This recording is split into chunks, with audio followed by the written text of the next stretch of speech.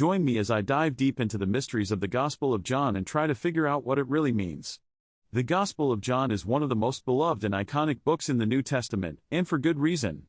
While it's often lumped in with the other three Gospels, Matthew, Mark, and Luke, John has a distinctly unique perspective on the life and teachings of Jesus. Unlike the Synoptic Gospels, which focus on Jesus' actions and miracles, John's Gospel dives deeper into the spiritual significance of these events, often using rich symbolism and poetic language to convey its message. One common misconception about the Gospel of John is that it's somehow less historical or less reliable than the other Gospels. But that's simply not the case. John's Gospel is rooted in eyewitness testimony and draws heavily from the author's own experiences as one of Jesus' closest followers.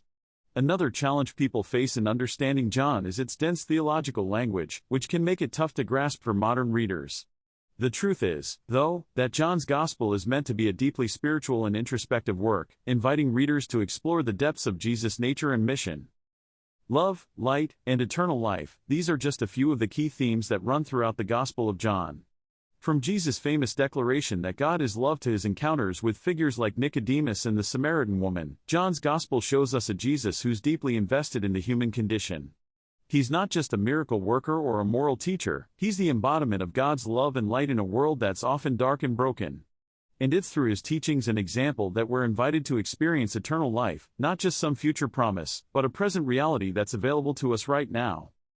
The Gospel of John is also famous for Jesus' I am statements, which offer a series of profound insights into his nature and mission.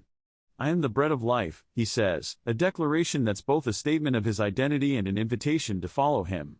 I am the light of the world, he declares, a claim that's both a challenge to the darkness and a promise of hope. These statements aren't just clever wordplay, they're the very heart of John's Gospel, revealing Jesus' true nature and inviting us to follow him. In wrapping up, I hope you've gained a deeper understanding of the Gospel of John's significance in the New Testament. It's a book that's both timeless and timely, speaking to fundamental questions about love, light, and eternal life. If you've got a favorite part of John's Gospel, I'd love to hear about it. Let me know in the comments below. And if you're interested in exploring more about the New Testament, be sure to check out my next video, where we'll be diving into the Synoptic Gospels.